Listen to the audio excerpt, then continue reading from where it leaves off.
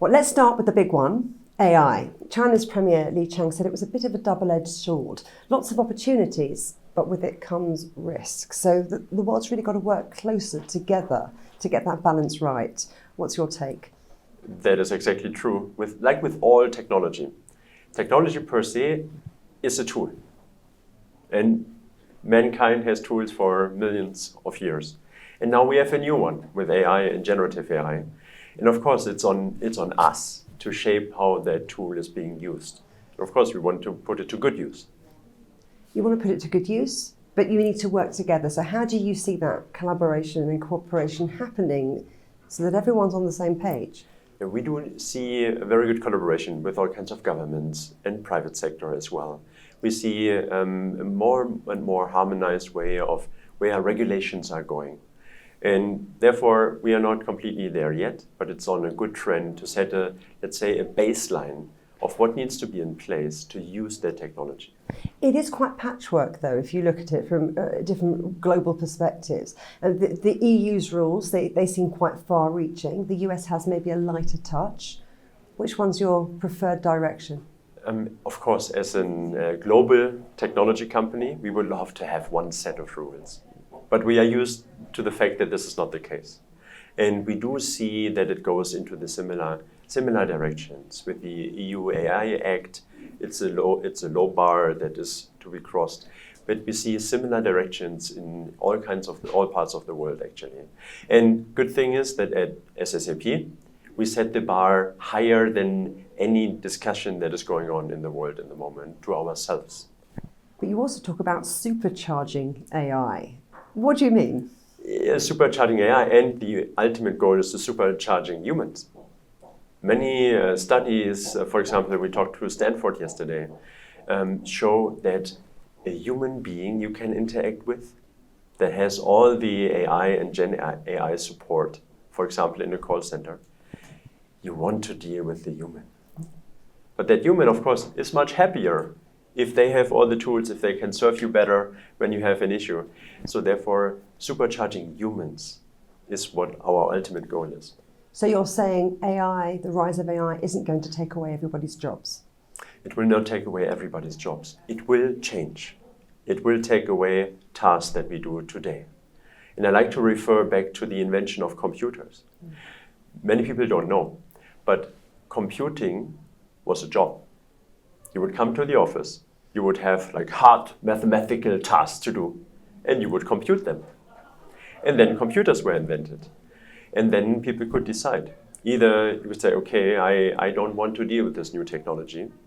And of course, then after a certain point in time, you don't have that traditional computing job anymore. Or, for example, you become a programmer and you go up the chain. So AI, Gen AI, will create a lot of new jobs. We see that today. It will change existing jobs. And not AI will take away jobs, but humans that leverage AI will take away jobs from humans that do not leverage AI. I think you've said that the AI can cut 2 hours work to just 15 minutes. How is that going to happen? And what's that going to mean for our productivity? The productivity will go up. I use that example, actually myself internally at SAP, to prepare for a board meeting, like financial analysis. And we gave a generative AI system some of the required data. And then it did a bunch of analysis, which actually I could then use in our executive board meeting. So anyone can be a CTO? I hope that more people can be a CTO. So we need amazing CTOs all over the world, amazing tech companies all over the world. And this technology will help. Especially as a CTO, you need to stay curious and always try out these new technologies and then take away what is best for the team and for you and for the company.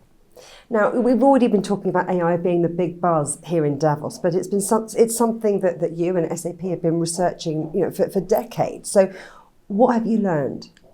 We learned a lot over the years. And initially with narrow AI, what you had to do is you had to build an AI model for each and every small use case. For example, our customers are of course interested when I send an invoice, when will people pay? You can build a model to predict this. But that model had to be retrained over and over again for every customer. And now what we have with large language models, it's much easier to train those. Also, we work on our model on tabular data to train and predict this. And we don't need so many different models. These large language models, they are very, very good in serving multiple different tasks. And that helps us a lot. Also, we learned a lot on the ethical and responsibility side. How do you do that? You need customer consent to use their data to train your models. A lot of things that we learned. You mentioned ethics there, and that's really quite key to a lot of the conversations that are happening in the corridors of power here in Davos. Is that the feeling you're getting? Yes. Our SAP Business AI, we say it needs to be relevant. Otherwise, why would you care? And we embed AI into our applications to achieve that. It needs to be reliable. We combine large language models with company-specific data that is stored in SAP systems to get to the best results, ideally without hallucinations. And then, as you mentioned, responsibility. Using it in a responsible way. That is actually the main topic here in Davos. And there we also learned a lot and did a lot over the last couple of years. Because you are a company that creates software to help businesses run their systems. What are your clients saying to you that are the biggest challenges, that their biggest concerns? We have software for all kinds of areas, in finance, in supply chain, in HR, procurement, customer experience, and all the technologies that support this. And they really just want support. I give you an example of analytics. With Just Ask, we launched a feature that you can just in natural language ask your questions about a state of, for example, now logistics. Where is my material? Where did I get it from? When will it come? And these questions now can be asked in natural language, and everyone gets the correct answer. And then as a team, you're on the same page. You're not debating numbers. You're not having like different versions of the truth. You have this one version, and you can easily interact with the system. Your program might say something, the data might give you these tools, but then you look at what's happening in the world and you come up against certain barriers. And just think about what's happening in global supply chains now that you might not have been able to predict, that AI might not have been able to predict. Then what do you do? So that's important to say. AI is not a superpower. So if there's a conflict, for example, now in the Red Sea, and ships need to do a tour across Africa, and there's a 2-week delay, no technology will prevent that, and no technology I know of will be able to predict that exactly. But what you can do, and companies who implemented SAP the right way, they have perfect visibility. They know where things are, where goods are.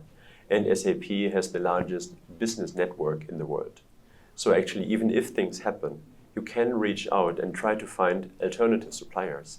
And then maybe you can make the informed decision to not get those goods via ships, but maybe via train, or worst case, of course, most expensive, the least attractive for the environment, to fly certain lighter, smaller parts of high value in.